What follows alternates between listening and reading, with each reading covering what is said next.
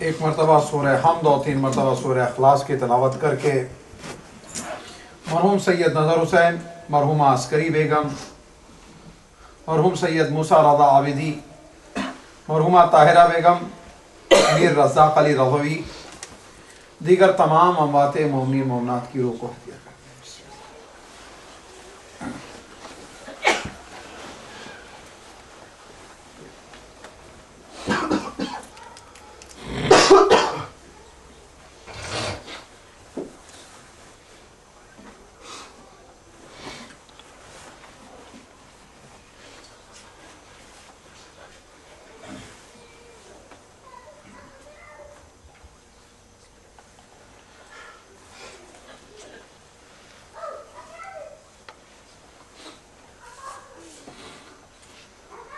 لا حول ولا قوة إلا بالله العلي العظيم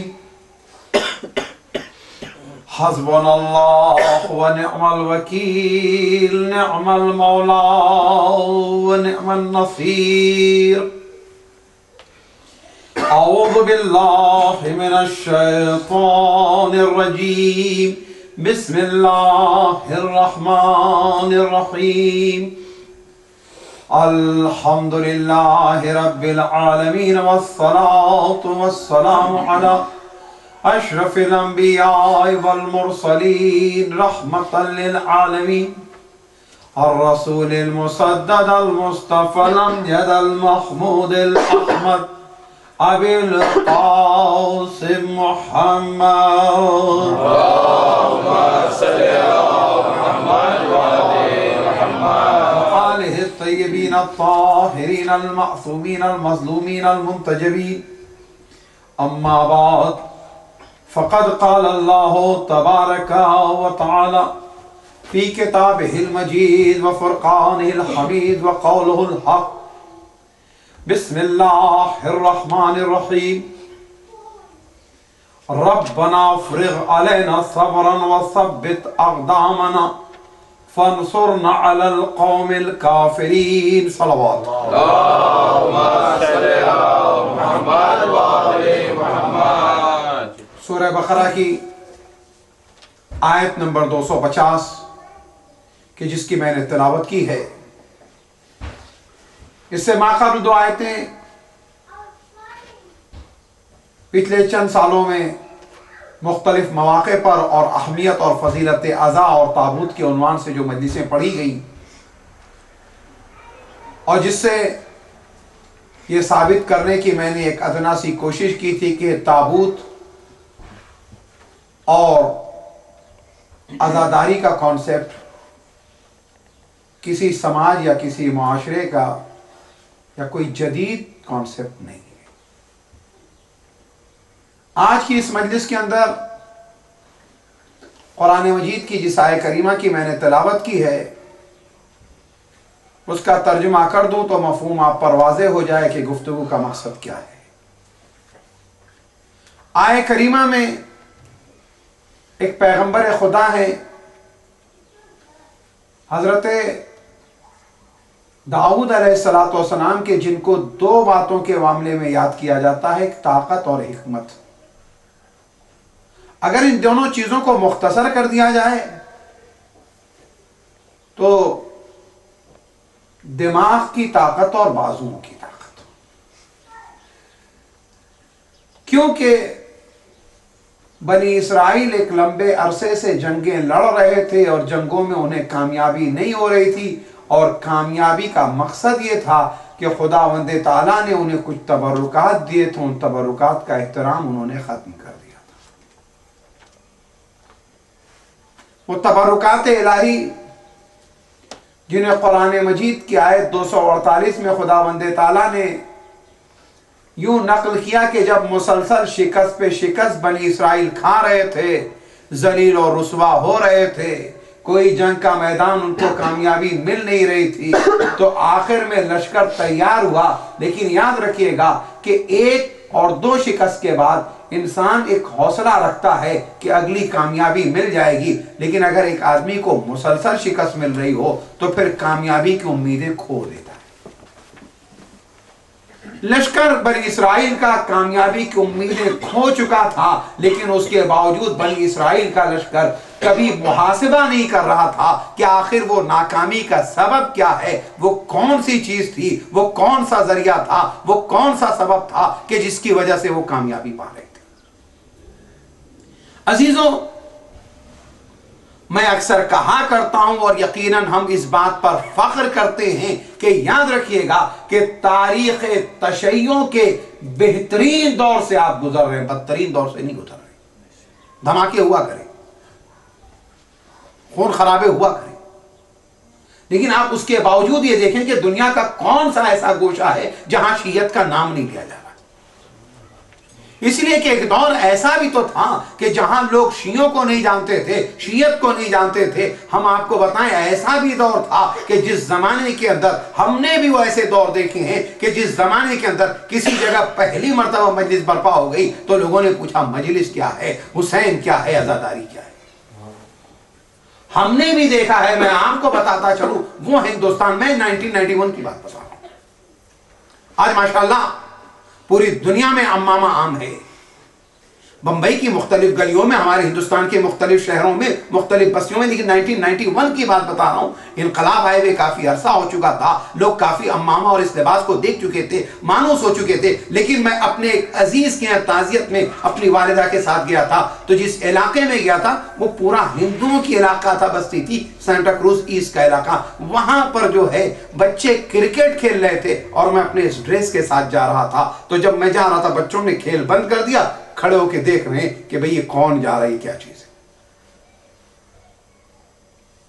لیکن اس وقت ہمیں یہ شرم نہیں محسوس ہوئی، ہمیں یہ شرم نہیں محسوس ہوئی، کیونکہ یہ لباس وقار کی بات ہے، یہ لباس عزت کی بات ہے۔ تو یاد رکھیے گا، اہل بیت سے نسبت اگر ہو جائے تو نام عزت بختا ہے، اہل بیت سے اگر نسبت ہو جائے تو خاندان عزت بختا ہے، اہل بیت سے اگر نسبت ہو جائے تو عمل عزت بختا ہے، اہل بیت سے اگر نسبت ہو جائے تو زندگیاں عزت بختی ہیں، اہل بیت سے اگر نسبت ہو جائے تو علاقے کو عزت ملتی ہے، اہل بیت سے اگر نسبت مل جائے تو معاشرے کو عزت ملتی ہے۔ تو پتہ چلا جب کائنات کو عزت کی تلاش ہوئی تو عزت اسے در اہل بیت پر ملی، اور اگر ہم نے در اہل بیت کو چھوڑ کر عزت اور وقار کو تلاش کیا تو یاد رکھیے گا نہیں مل سکتی ہے۔ قرآن مجید کی ایک اور آیت کریمہ پڑھتا ہوا چلوں گا، پھر مل کر آپ سلوات پڑھیے گا، جہاں خداوند تعالیٰ کہہ رہا قل اللہم مالک الملک تؤتی الملک من تشاء وتنزع الملک ممن تشاء وتعز من تشاء وتذل من تشاء بیدک الخیر انک علی کل شیء قدیر۔ اے نبی کہہ دیجئے کہ ملک کا مالک تو خدا ہے، ملک کا مالک تو خدا ہے، تو تل ملک من تشاء، جسے چاہے وہ ملک دے دے۔ اب یاد رکھیے گا یزید ظاہری سلطنت پہ بیٹھا ہے لیکن مالک الملک نہیں ہے۔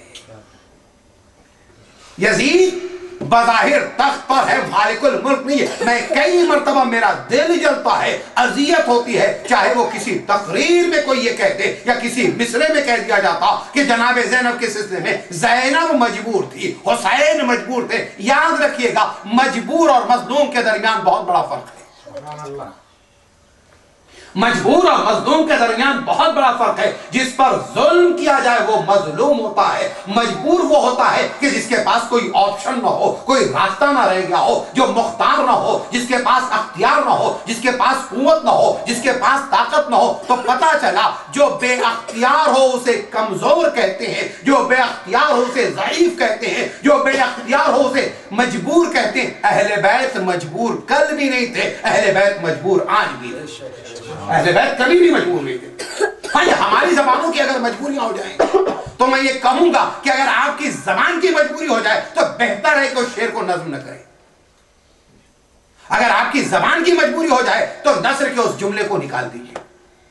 اگر آپ کے کلمے کی مجبوری ہو جائے تو آپ اپنے مضمون میں سے اس حصے کو نکال دیجئے۔ اہل بیت کبھی بھی مجبور نہیں تھے۔ میں پہلے آیت کریمہ کا ترجمہ کر دوں کیونکہ میں نے کئی جہتوں میں مشن شروع کر دیا اور اس کے بعد کہیں ایسا نہ ہو کہ وہ مشن ادھورا رہ جائے۔ قل اللہم، اے نبی کہہ دیجئے مالک الملک، کہ میرا خدا مالک الملک۔ اب جو میرا خدا مالک الملک ہے تو جسے چاہے گا وہ ملک دے گا۔ اچھا یہ بھی میرا اور آپ کا فیصلہ نہیں۔ اب ایک چیز یہ ہے کہ میرے پاس اگر ایک عدد تفسیر کی کتاب، مثال دے رہا ہوں میں، تفسیر کی کتاب ہے، تفسیر کی کتاب ہے. اب یہ تفسیر بالفرض آغائے طباطبائی کی. عربی زبان اگر میں کہہ دوں گا تو دائرہ محدود ہو جائے گا پھر لوگوں کے لیے کہ عربی میں تو بہت سے لوگ نہیں جانتے. میں کہہ دوں کہ اس کا ترجمہ ہوا ہے اردو میں موجود ہے. یہ کتاب میری پراپرٹی ہے. ہاں کتاب کو کوئی روک نہیں سکتا، اسے چاہیے کہ دوسروں کو دے، لیکن مثال کے طور پہ یہ ہے ملکیت میری. اب میری ملکیت ہے، اب جس کو چاہوں میں دوں. اگر میں جس کو دوں گا اپنی مرضی سے دوں گا، جس کو نہیں دوں گا اپنی مرضی سے نہیں دوں گا. اس لیے کہ جب ملکیت میری ہے تو یہاں پسند اور ناپسند میری ہوگی. تو پتا چلا کہ اگر کسی کی ملکیت ہو تو پسند اور ناپسند اس کی چلتی ہے. اور قرآن میں جب خدا نے اعلان کر دیا کہ یہ کائنات اس کی ہے تو پھر پسند اور ناپسند اس کی ہوگی. جسے چاہے گا دے گا، جسے چاہے گا نہیں دے گا. صلوات پڑھیں بآواز بلند.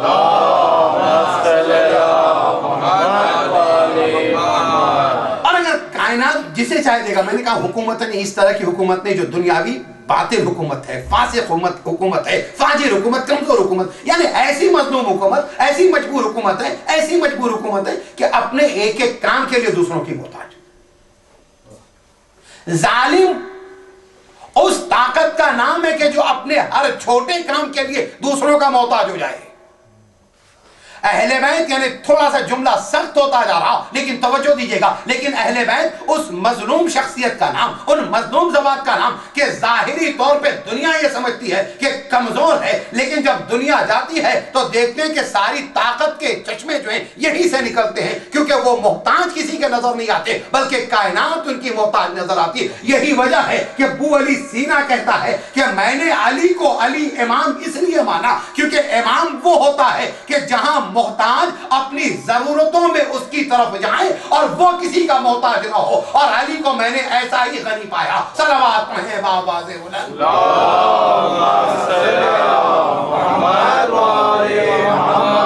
ایسے بہتر اور بلند تر صلوات پڑھے گا.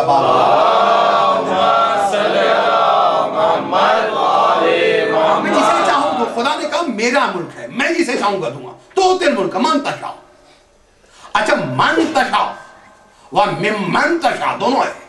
جسے چاہوں گا دوں گا، جسے نہیں چاہوں گا نہیں دوں گا. اچھا معبود تیری حکومت کیسی ہے؟ اگر خدا کی مراد حکومت سے وہی ہے جو امت مسلمہ کہتی ہے کہ اولی الامر سے مراد کوئی بھی حاکم ہے، تو پھر اس کے بعد کافر، فاسق، فاجر، بے دین، گمراہ جن کے پاس جو حکومتیں آتی رہیں، دنیا کی بڑی طاقت جو بنے رہے، تو یہی حاکم ہے. میں نے کہا یہ حکومت کا تصور ہی نہیں اسلام میں. اسلام میں حکومت کا تصور یہ ہے کہ بظاہر تخت پر نہ ہو لیکن دلوں کے تخت کے اوپر براجمان. اور دلوں کے تخت پر براجمان ہونے کا معاملہ یہ ہے کہ صدیاں گزر جائیں، یعنی ہزاروں سال گزریں، سینکڑوں سال گزریں، لیکن اس کے باوجود معاملہ یہ ہو کہ طاقت کا ایسا مرکز ہو کہ لوگ ان کی طرف رجوع کرتے نظر آئیں. آج بھی اہل بیت کی ذات ایسی ہی ہے. اب قل اللہم مالک الملک تؤتی الملک من تشاء وتعز من تشاء وتذل من تشاء. جسے چاہتا عزت دیتا ہے. اب عزت دیتا ہے جسے چاہتا خدا، ذلت جسے چاہتا دیتا ہے خدا. اہل بیت کو اس نے عزت دی تو پھر اس کے بعد ہم یہ کہتے ہیں نعوذ باللہ بے مخنو چادر بازاروں میں آئی شہزادی. کیا بظاہر یہ ذلت ہے؟ ظالم نے اپنے طور پہ ایک مختصر سے عرصے میں اپنی طاقت کا اظہار کر کے ایک خاص علاقے کے اندر اہل بیت کو ذلیل کرنا چاہتا. یہ عزائے حسین ہے جو قیامت تک اس ظالم کو ذلیل کرنے کا ذریعہ ہے. ایک خاص علاقے میں، خاص بستی کے اندر، خاص فکر کے افراد کے درمیان. اور آج اب آپ یاد رکھیں گا عزاداری کی طاقت دیکھی، وَتُذِلُّ مَن تَشَاءُ جسے چاہے گا ذلیل کرے گا. آپ اندازہ لگائیے گا بس ذلت اور عزت کا معیار جب خدا نے مقرر کیا تو اب آگے بڑھ کر میں کہتا ہوا چلوں کہ جب ہم علم لے کے نکلتے ہیں، یہ علم لے کے نہیں نکلتے بلکہ ہم یزیدیت کے منہ پہ تماچا مار رہے ہوتے ہیں. ہم یہ تعزیہ لے کے نکلتے ہیں تو تعزیہ لے کے نہیں نکلتے بلکہ دنیا کو یہ بتاتے ہیں کہ جس حسین کا جنازہ تم نے کل دفن نہیں ہونے دیا، آج کاندھے کاندھے پر حسین کا ساتھ. تو یزیدیت ذلیل ہو رہی ہے. تو یاد رکھیں یزید ذلیل وہ تذل من تشاء بیدک الخیر، اللہ کے ہاتھوں میں خیر ہے، انک علی کل شیء قدیر۔ میں نے آیت کہاں شروع کی، کہاں پہنچ گیا؟ اللہ جسے چاہے دیتا، جس سے چاہتے روک لیتا ہے، لے لیتا ہے۔ اب آئیے ربنا افرغ علینا، کہہ دیا پیغمبر نے، اس کے ہاتھوں میں بھی طاقت ہوگی، اس کے دماغ میں بھی طاقت ہوگی۔ آپ دیکھیں کہ قرآن مجید نے ہاتھ اور دماغ کی طاقت کی بات کی تو اس میں داؤد کو، لیکن داؤد ایک مثال قرآن مجید میں ہے اور ایک مثال قرآن مجید میں اور ہے جو علی ابن ابی طالب علیہ الصلوۃ والسلام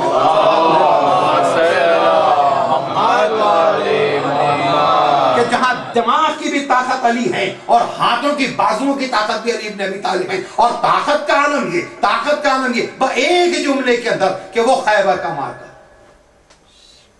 کیسا دروازہ تھا، 40 آدمی کھولتے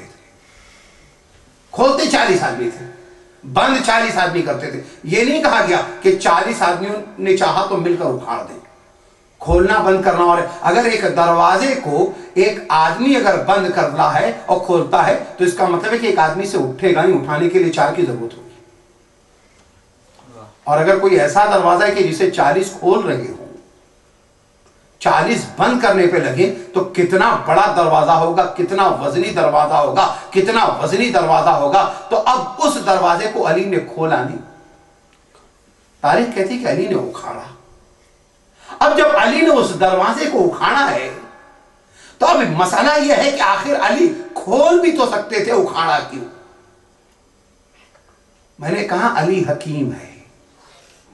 اب جب علی حکیم ہے تو خلاف حکمت عمل نہیں ہونا چاہیے تھا، علی کھول دیتے دروازہ بیکار نہیں ہوتا۔ لیکن یاد رکھیں قرآن مجید کی کچھ آیتوں میں خدا بند تعالیٰ نے جب مومنین کا تذکرہ کیا تو کہا ایک مومن 10 کافر پہ بھاری ہے، یا قرآن مجید نے کہا 100 مومن جو ہے 1000 کافر پہ بھاری ہے، یا کہیں قرآن نے کہا، حدیث نے کہا کہ ایک مومن جو ہے 40 کافر پر بھاری ہے۔ اگر علی کھول دیتے تو قیامت تک دنیا کہتی علی کے پاس وہی طاقت ہے جو قرآن و حدیث سے ثابت ہے۔ ایک مومن کی طاقت ہوتی ہے کیونکہ 40 کافر کھولتے تھے، علی نے اکیلے کھولا نہیں، علی امیر المومنین ہے۔ اب لہذا مومن کی طاقت اور ہوگی، امیر المومنین کی طاقت اور ہوگی۔ اگر مومن فتح کرتا تو دروازہ کھولتا، لیکن امیر المومنین فتح کر رہا ہے لہذا دروازہ اکھاڑے گا۔ صلوات پڑھیں بابا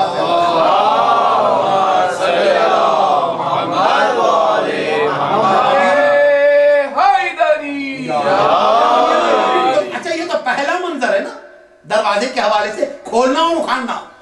اب دوسری چیز یاد رکھیں، اب یہاں سے اگر ایک آدمی کو یہ سامنے سے جو پانی بہ رہا ہے، اب وہاں سے اگر ایک آدمی یا 2 آدمیوں کے جانے کے لیے آپ کو پلیا بنانی ہو، ہمارے کی زبان میں کہ چھوٹی سی پل، تو بس چند لکڑی کے ٹکڑوں کو ایک دوسرے سے ملا دیا جائے، جوڑ دیا جائے، وہ ایک آدمی تو گزر جائے۔ لیکن وہیں سے اگر آپ جو ہے دن میں بہت سے لوگ آتے جاتے رہیں گے، آپ ایک وقت میں ہو سکتا ہے 4 لوگ جائیں، تو وہ جو ایک آدمی کے گزرنے کے لیے کافی ہوگی، تو اس میں سے 4 تو نہیں گزر پائیں گے۔ بلکہ آپ نے دیکھا ہوا کئی مرتبہ جو آپ بڑی بڑی سڑکوں سے جاتے ہیں، ان سڑکوں پہ لکھا ہوا ہوتا ہے کہ دیکھیں وہ اتنا بڑا ٹرک جا سکتا، اتنا وزن اٹھانے والا ٹرک جا سکتا ہے، اس سے زیادہ کا نہیں جا سکتا۔ یعنی اس برج کے اندر اتنی طاقت نہیں کہ اس وزن کو اٹھا لے۔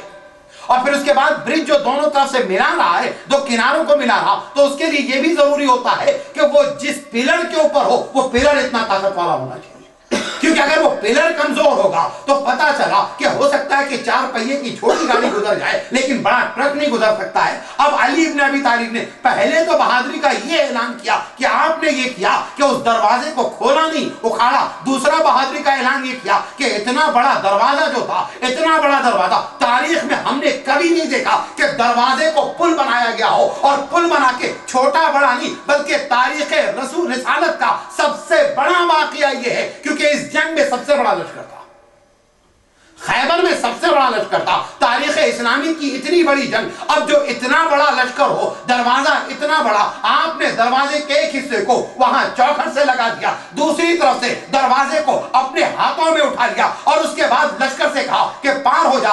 علی نے کہا لشکر پورا پار ہو گیا، تو اب لوگ کہتے ہیں کہ تم علی کو پکارتے ہو، کیا علی مدد کریں گے؟ کیا تمہیں آخرت میں پار کرا دیں گے؟ ارے جو علی رسول کے ہوتے ہوئے بڑے بڑے اصحاب کو جنگ خیبر میں اپنے ہاتھوں پہ پار کرا سکتا سکتا تو وہ پوری زندگی علی کا نام لینے والے اور علی کے لال حسین کا ماتم کرنے والوں کو کیوں نہیں آخرت میں پار کرا سکتا؟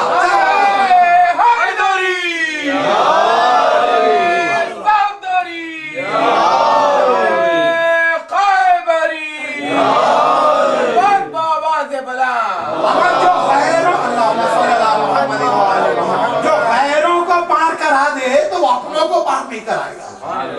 اور پھر اس کے بعد طاقت کا اندازہ یہ دیکھیں کہ ادھر تو ٹھیک ہے وہ قلعہ تھا، قلعے کی طرف رکھی ہوئی ہے، ایک کونا رکھا، دوسرے کونے کو ہاتھوں پہ اٹھایا۔ بازی تو آگے تاریخ خاموش ہے۔ میں تو اتنا سمجھتا ہوں کہ یہ ممکن ہے کہ جس طرف سے علی نے اٹھا رکھا تھا اس طرف کا حصہ زیادہ مستحکم رہا ہوگا بنسبت قلعے کے حصے کے، کیونکہ یہاں علی ابن ابی طالب کا تھا، وہاں تو صرف قلعے کی زمین تھی۔ صلوات پڑھیں بآواز بلند،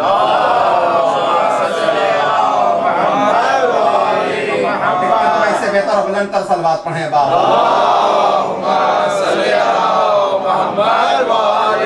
یہی قلعہ کی بات ہے۔ انشاءاللہ پھر اس پہ گفتگو تو ہوتی ہی رہے گی، پورا سلسلہ ہے محرم کا، لیکن یہی پر ایک بات، پورا لشکر پار ہو گیا۔ اس لشکر میں وہ نہیں تھے جو بھاگ کے گئے تھے، اس لشکر میں وہ نہیں تھے جو علی سے دشمنیاں بھی رکھتے تھے، اس لشکر میں وہ نہیں تھے کہ جنہوں نے اطاعت نہیں کی تھی، یہ سب کے سب تھے۔ کل تک جو بھاگا کرتے تھے آج سب علی کے سہارے پار ہو گئے، آج سب علی کے سہارے پار ہو گئے۔ بازی تو قوت علم علی زمانے رسالت میں بھی دیکھی اور بعد رسالت ماب ان 25 سالوں میں بھی دیکھی۔ یہاں قوت علی جو بازوؤں کی تھی یہ ہم نے دیکھی۔ آئیے ایک اور بات اس سے تمثیل، کیونکہ بنی اسرائیل کی بات کر رہا ہوں، نکلا نہیں موضوع۔ فرعون کا ایک قبیلہ تھا اور ایک حضرت موسیٰ کا ایک قبیلہ تھا۔ اچھا یاد رکھیں، دین والوں کا ایک قبیلہ رہا ہے اور بے دینوں کا ایک قبیلہ رہا ہے۔ جو موسیٰ جو دین کی علامت تھے ان کے قبیلے کا نام تھا بنی اسرائیل۔ فرعون جو بے دین گمراہ جو خدا کا منکر تھا، اپنے آپ کو خدا سمجھتا تھا، اس کا بھی ایک قبیلہ تھا، اس کا نام تھا قبطی۔ بلکہ یوں کہیں کہ قبطی کیا تھا، وہ قبطی قبیلہ تھا۔ خط تو جانتے ہیں اردو زبان میں جسے کہتے ہیں، صلوات پڑھیں بآواز بلند۔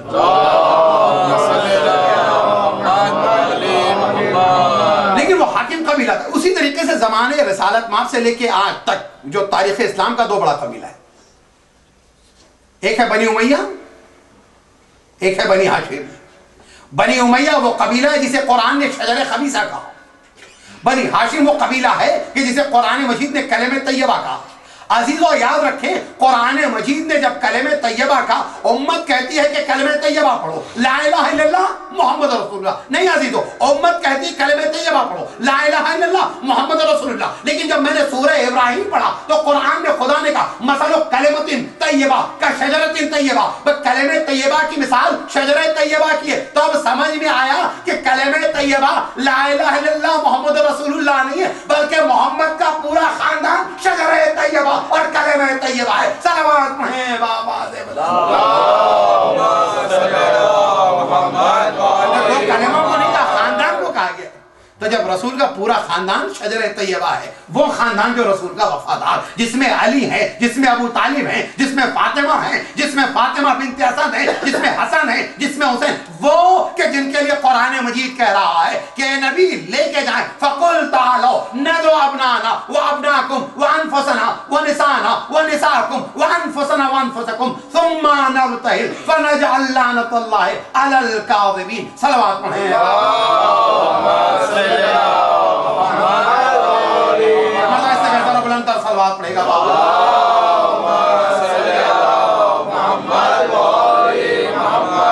اچھا، ایک آدمی نے اگر ایک بار پہلے کام کر لیا ہو تو اس کے بعد اس کے بارے میں شک نہیں رہتا ہے، یعنی بھائی ایلیا ہیں، ان سے کسی نے جا کے کہا بھائی ایلیا تم گاڑی بھی ہے، چابی بھی کوئی ہے نہیں، اب پہنچانے والا مجھے لیتے چلو امام بارگاہ۔ ایلیا تھوڑے گھبرائے ابرائے، کبھی چلائی بھی نہیں، جانتے بھی نہیں، مثال ہے۔ اب انہوں نے کہا نہیں میں نے کبھی چلائی تھی، بڑی انہوں نے کہا بھائی اتنا بڑا فاصلہ 10 کلومیٹر، کہیں اگر تم نے ادھر ادھر ٹھوک دیا تو ہماری تو جان گئی، ہم نہیں جائیں گے، کبھی نہیں چلایا، ہم نے کبھی نہیں دیکھا، تو لہذا ہمت نہیں کریں گے۔ اپنے آپ کو چھوٹی سی منزل ہو، چھوٹا سا سفر ہو تو اس کے لیے رسک نہیں لیں گے کہ ایسے کے حوالے اپنے آپ کو نہیں کریں گے کہ جس کو کبھی دیکھا نہ ہو۔ اب مسئلہ یہ ہے کہ علی ابن ابی طالب کے لیے ہم سے یہ کہا جاتا ہے اہل بیت کے لیے تم اپنی نمازیں ان کے حوالے کر رہے ہو، اپنا دین ان کے حوالے کر رہے ہو، اپنی محبتیں ان کے حوالے کر رہے ہو، اپنی آخرت ان کے حوالے کر رہے ہو، کیا یہ پار لگا دیں گے؟ ہم نے کہا کیوں کر پار نہ لگا دیں گے؟ ارے جو بدر میں پار لگا دے، جو احد میں پار لگا دے، جو خیبر میں پار لگا دے، جو خندق میں پار لگا دے، ارے جو شب ہجرت رسول کے بستر کو پل بنا کے سو جائے اور رسول کو پار کرا دے، کیا وہ ہمیں نہیں پار کرائے گا؟ صلوات پڑھیں بابا سے بلند۔ تو اگر جس کا سابقہ ریکارڈ نہ ہو یا اچھا نہ ہو، دونوں صورتوں میں اس کے حوالے نہیں کیا جائے، یا ہو ہی نہیں یا اچھا نہ ہو تو اس کے حوالے نہیں، اور ایک کا ہو بھی اور اچھا ہو تو یقیناً اس پر بھروسہ کیا جائے گا۔ علی کا اتنا بھروسہ، آئیے میں بنی اسرائیل کی مثال دے رہا تھا، ختم کروں گا زحمت۔ حضرت موسیٰ کہ قبیلے کے لوگوں کو مجبور بنا رکھا تھا، نوکر بنا رکھا تھا۔ قبیلہ مجبور ہو سکتا ہے، نبی اور امام نہیں۔ مظلوم و مجبور یاد ہے نا، شروع میں نے بات کہی تھی، کیونکہ ان کے پاس اختیار ہے، چاہیں تو الٹ کے رکھ دیں کائنات کو۔ طاقت کا ایک منظر دکھایا میں نے، چاہیں اگر یہ طاقت نہیں دکھائے، صرف زبان کی طاقت ہے، یہ ایک طاقت ہے، کن فیکون کی منزل پہ بھی ہیں یہ۔ اگر کہہ دیں تو زمین اپنی جگہ سے انہیں الٹ دے، انہیں کچھ کرنے کی بھی ضرورت نہیں، تلوار اٹھانے کی بھی ضرورت نہیں۔ تو پتا چلا لسان کی بھی طاقت ہے، ہاتھوں کی بھی طاقت ہے، لیکن طاقت کا اظہار نہیں، اس لیے کہ اپنی طاقت کو تابع مشیت رکھا ہے، اپنی طاقت کو تابع مشیت رکھا ہے۔ تو پتا چلا جہالت اور کمزوری تابع نفس ہوتی ہے، علم اور کمال تابع مشیت خدا ہوتا ہے۔ صلوات پڑھیں بابا سے بلند۔ علم اور کمال تابع مشیت خدا، تو یہ تابع مشیت خدا۔ یہ پورا قبیلہ جو ہے وہاں احرام مصر تیار کرا۔ ہمارے ہندوستان میں تو آج کل تحریک چلی ہوئی نا انا ہزارے صاحب کی، اچھا حالانکہ اسے تجدید سے نہ پڑھیں، اس میں انا تو کم رہ گیا، انا زیادہ رہ گیا، لیکن اب آپ یہ دیکھیے گا، اس لیے کہ اس تحریکوں پر مجھے کوئی بہت گفتگو نہیں کرنی، لیکن اب آپ یہ دیکھیں کہ تحریک چلتی رہی۔ تو یہ جو پہلی تحریک انسانی تاریخ کی تھی، جہاں مزدور حاکم کے خلاف کھڑے ہوئے ہیں، یہ بنی اسرائیل کھڑے ہوئے تھے فرعون کے مخالف۔ احرام مصر بنا رہا تھا، ان کو دیتا کیا تھا شام میں؟ ایک روٹی اور ایک پیاز۔ شام کو انہیں ملتی تھی ایک روٹی اور ایک پیاز۔ ایک دن فرعون جو حضرت موسیٰ سے ناراض ہو گیا تھا اور حضرت موسیٰ کے خدا سے ناراض تھا، اس نے کہا کہ ان کی پیاز بند کر دیں، پیاز بند کر دیں۔ تو جب پیاز بند ہوئی تو اس کے بعد حضرت موسیٰ علیہ السلام کی قوم احتجاج پہ آ گئی، اس نے کہا کہ اب ہم کام نہیں کریں گے۔ تو تاریخ انسانیت کا جو پہلا پروٹیسٹ تھا، پہلی اسٹرائک تھی، پہلا احتجاج تھا، وہ ہوا پیاز کے لیے۔ لیکن ایک جملہ کہیں کہ حضرت موسیٰ کی جو قوم بنی اسرائیل تھی وہ خدا کے لیے نہیں کھڑی ہوئی، وہ خدا کی کتاب کے لیے نہیں کھڑی ہوئی، وہ نبی خدا کی حمایت کے لیے نہیں کھڑی ہوئی، وہ حق کی ہمدردی میں نہیں کھڑی ہوئی، وہ حق کے دفاع میں نہیں کھڑی ہوئی، لیکن ملنے والی پیاز جیسے ہی روک لی گئی تو ایک مرتبہ حاکم کے خلاف کھڑے ہو گئے۔ تو پتا چلا کہ انسان جسے اہم سمجھتا ہے وہ اسے اپنی ترجیح سمجھ کے اس کے لیے کھڑا ہو جاتا ہے۔ عزیزو، وہ بنی اسرائیل تھی جو پیاز کے لیے کھڑی ہو گئی۔ ہم یہ کہیں گے ہماری ترجیحات حسین ہے اور حسینیت ہے، لہذا جب بھی کھڑے ہوں گے تو حسین کے لیے کھڑے ہوں گے، حسینیت کے لیے کھڑے ہوں گے۔ صلوات پڑھیں بآواز بلند۔ اس لیے کہ حسین نے ذات کشی سکھائی ہے، نفس کشی سکھائی ہے۔ آگے بڑھتے ہیں۔ اب یہ کہتے تھے میرے قبیلے کو چھوڑ دے، نہیں چھوڑتا تھا وہ، یہاں تک کہ اس پہ مختلف عذاب آتے رہے، فرعون پر مختلف عذاب آتے رہے۔ کہا چھوڑ دے، اس نے وعدہ کیا کہ کچھ دنوں کے بعد چھوڑ دیں گے، نہیں چھوڑا، اس کے اوپر عذاب آیا تو کیا آیا؟ جوؤں کا عذاب آیا۔ اب جو حالت دیکھی اس کی تو اس نے کہا بھائی میں چھوڑ دوں گا، لیکن یہ کہ تم خدا سے کہہ دو عذاب واپس چلا جائے۔ ایسے ہی تھوڑی فرعون ہے وہ۔ اب اس کے بعد جو عذاب چلا گیا، اب جو عذاب چلا گیا تو حضرت موسیٰ علیہ السلام نے کہا چھوڑ دو، پھر اپنی جگہ بھگ تو گیا عذاب۔ اب جو گیا عذاب تو پھر طوفان کا عذاب آیا۔ اب طوفان کا عذاب آیا، پھر دیکھا کہ سب ڈوب رہے ہیں، موسیٰ بچا لو۔ اب جو موسیٰ بچا لو، موسیٰ نے کہا چھوڑ دو گے؟ کہاں چھوڑ دیں گے۔ اب جو چھوڑ دیں گے، لیکن طوفان ٹل گیا، پھر وہ اپنی جگہ پر، یہاں تک کہ مختلف 5-6 عذاب آتے رہے اور بنی اسرائیل کو چھوڑنے کا وعدہ کرتا رہا۔ وہ وقت آیا کہ جب حضرت موسیٰ بنی اسرائیل کو لے کے چلے، میں مختصر کر رہا ہوں، دریا پار کرنا، بیڑا پار ہونا، نجات پانا، ان تمام چیزوں کو مختصر کرتے ہوئے آزاداری کیا تمہارا بیڑا پار کر دے گی؟ آزاداری کیا تمہیں نجات دے دے گی؟ آزاداری تمہیں کیا جنت دے دے گی؟ کیا رونے سے تمہیں فائدہ ہو جائے گا؟ کیا ماتم سے تمہیں فائدہ ہو جائے گا؟ اب آپ ہمیں یہ بتا دیں، کیا نہ رونے سے آپ کو فائدہ ہوگا؟ کیا ماتم نہ کرنے سے آپ کو فائدہ ہوگا؟ کیا عالم کی مخالفت سے آپ کو فائدہ ہوگا؟ آپ کو مخالفت سے فائدہ ہوتا ہے تو ہوا کرے، ہمیں موافقت سے فائدہ ہوتا ہے لہذا ہم موافقت کریں گے۔ صلوات پڑھیں بآواز بلند، اور ہم جب کریں گے تو اس کی دلیل دیں گے۔ میں نے پچھلے سال تو دلیل دی ہے، کچھ آگے کچھ دلیلیں دوں گا۔ اب دیکھیں حضرت موسیٰ جب گئے پہاڑ کوہ طور پر، بڑی مناجاتیں کی ہیں خدا سے، 30 دن کے لیے گئے تھے، 40 دن رہ گئے، واپس آئے تو اتنی دیر کے اندر ایک گروپ تھا جس کو گمراہ کر دیا تھا سامری نے، ایک بچڑا تیار کیا تھا، وہ بچڑا جو ہے اس کی جو سب پوجا کر رہے تھے۔ حضرت موسیٰ علیہ السلام آئے اور اس کے بعد جو ہے حضرت ہارون سے اس بات پہ انہوں نے عدم خوشی کا اظہار کیا۔ دیکھیے گا میں نے انہی کا ناراضگی کا اظہار کیا، لفظوں کا بہت خیال کرتا ہوں ان معاملات میں، اکثر لوگ اس بات کا خیال نہیں کرتے۔ تو اب عدم خوشی کا یعنی خوش نہیں ہے کہ بھئی تم ذرا بہتر کر سکتے تھے،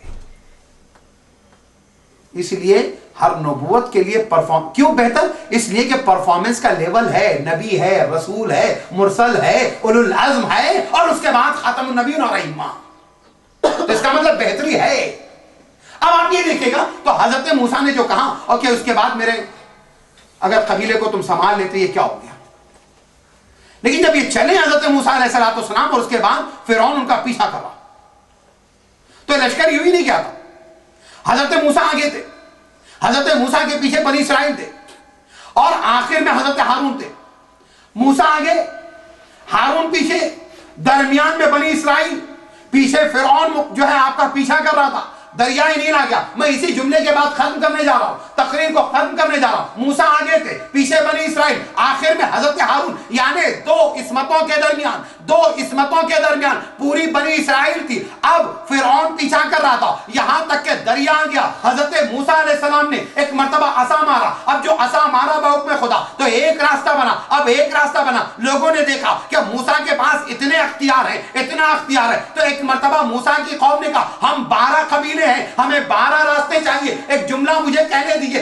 تو موسیٰ کی قوم، موسیٰ کا بہت ممکن ہے امتحان نہ لے رہی ہو بلکہ دنیا کو بتا رہی ہو کہ جب ہمارا پیغمبر، ہمارا ہادی ایک راستہ بنا سکتا ہے تو 12 راستے بھی بنا سکتا ہے۔ اے موسیٰ، اگر تم علی اور آل علی کا واسطہ دے کے راستہ بنا سکتے ہو تو اگر ہم براہ راست علی اور آل علی سے مانگے تو کیوں کر راستہ نہیں بن سکتا ہے؟ صلوات پڑھیں بآواز بلند۔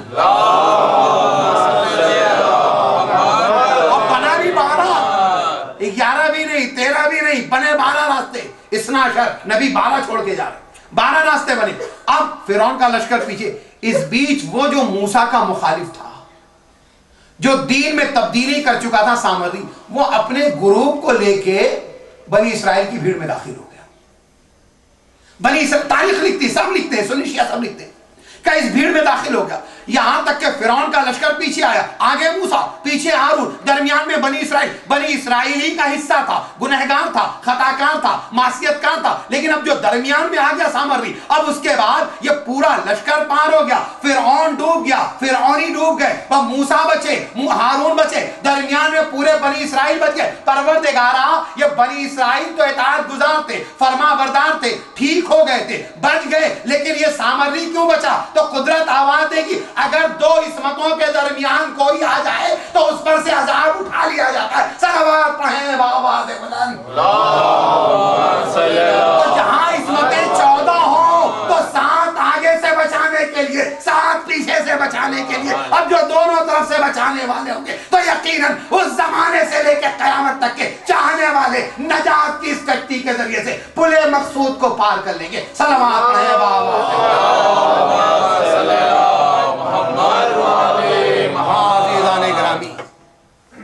ہم اپنی اس دنیا کا راستہ بھی طے کر لیں گے بوسیلہ ہے، ہم اپنی آخرت کا سفر بھی بآسانی طے کر لیں گے بوسیلہ ہے، لیکن جب انہوں نے اپنے لیے سختیوں کا انتخاب عالم اختیار میں خود کیا.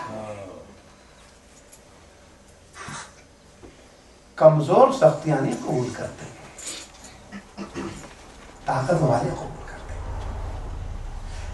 فیصلہ کر لیا, حسین کا فیصلہ, عباس کا فیصلہ, اکبر کا فیصلہ. اس قافلے میں ایک 4 سال کی سکینہ ہے, اس نے بھی یہ فیصلہ کر لیا, بابا آپ کے دین کے لیے, آپ کے جد کے دین کے لیے میں بھی سختیوں کا یہ فاصلہ طے کر لوں گی. میں کہوں گا اے بی بی, ارے حسین کا یہ فاصلہ, حسین کی یہ مصیبت ظاہری طور پہ عصر عاشور, ارے شمر کے خنجر سے ذبح ہونے کے بعد تمام ہوگی, لیکن اللہ اکبر, ارے سکینہ نے فاصلہ طے کیا. کیسے کیا؟ ارے کبھی اونٹ کی پیٹھ پر, ارے کبھی ریسمانے ظلم کرے میں, ارے کبھی ارے پیدل چل کے یہ فاصلہ طے کیا. ارے کربلا سے کوفہ, کوفے سے شام, بازاروں درباروں میں, ارے کبھی ابن زیاد کا سامنا, کبھی یزید کا سامنا, کبھی زندان کی سختی, کبھی تماچے, کبھی تعزیانے, ارے کبھی سینیاں, کبھی تانے, کبھی تشنیع, بھوک و پیاس, ارے سب برداشت کیا سکینہ نے. سکینہ نے ثابت کر دیا میں حسین کی بیٹی ہوں,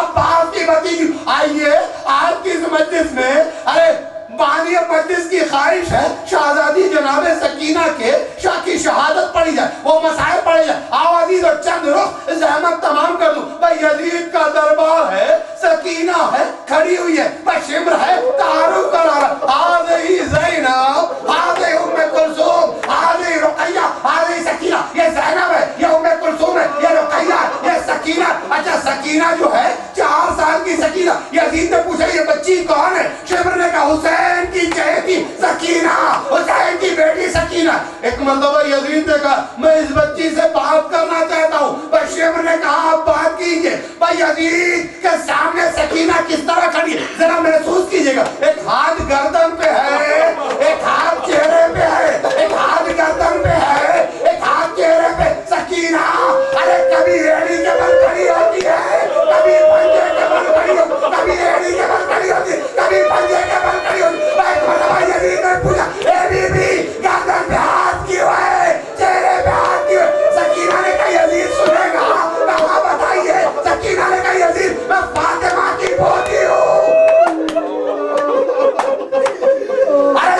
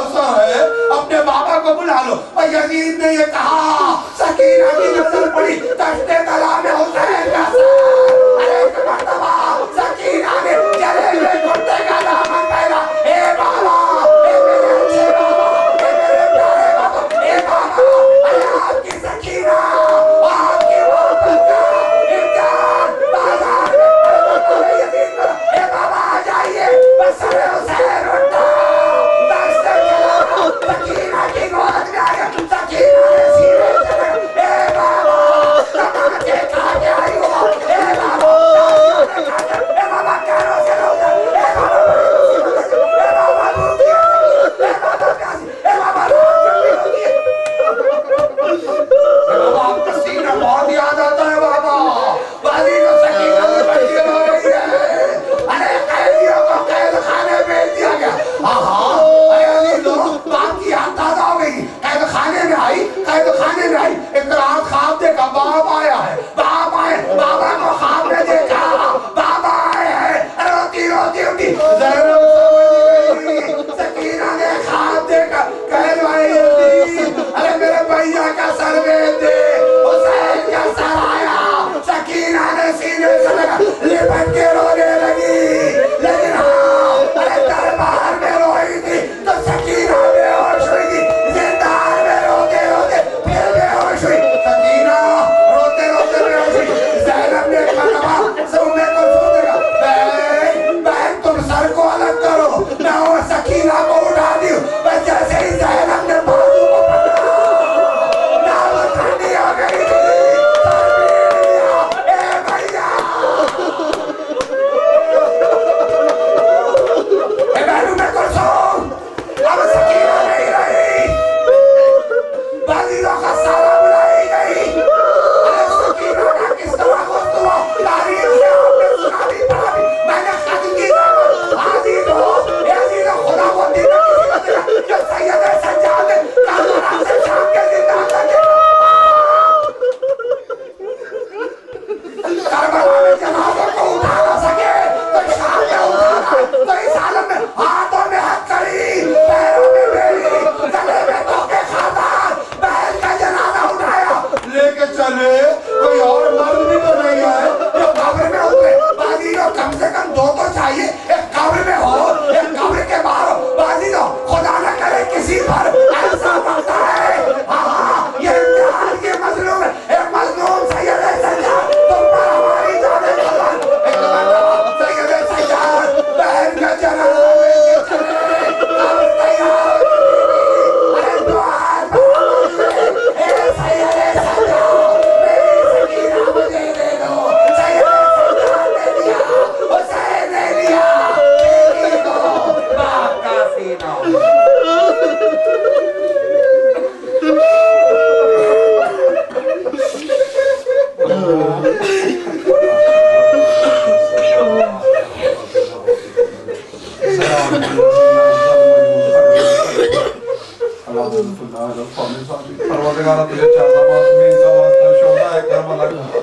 ہماری اس مختصر سی عزاداری کو قبول فرماؤ، پروردگار ان آنسوؤں کو اس عزاداری کو ہمارے لیے نجات کا ذریعہ قرار دے، پروردگار آزائے حسین کو فروغ عطا فرماؤ، اس کی راہ کی تمام رکاوٹوں کو دور فرماؤ، علماء مراجدین کو نبی عمر عطا فرماؤ، انقلاب اسلامی ایران کی حفاظت فرماؤ، حالات حاضرہ میں شام میں جو سازشیں ہو رہی ہیں پروردگار ان سازشیوں کو ناکام و نامراد فرماؤ، مقامات مقدسات بات عالیہ کی حفاظت فرماؤ، پروردگار حسین کے چاہنے والے دنیا کے جس حصے میں بے جرم قید محبت حسین اور محبت اہل بیت کی جو سزا دی جا رہی ہو، پروردگار ان تمام بے گناہوں کو جلد سے جلد رہائی کی خبر عطا فرماؤ، ساتھ ہی ساش پٹن کا وہ مرد مومن کے جسے سعودی عرب میں ظالموں نے قید کیا، پروردگار تو نے ذلت و رسوائی کے قبرستان میں ان ظالموں کو دفن فرماؤ، ان کا خاتمہ فرماؤ، بقی کو آباد فرماؤ،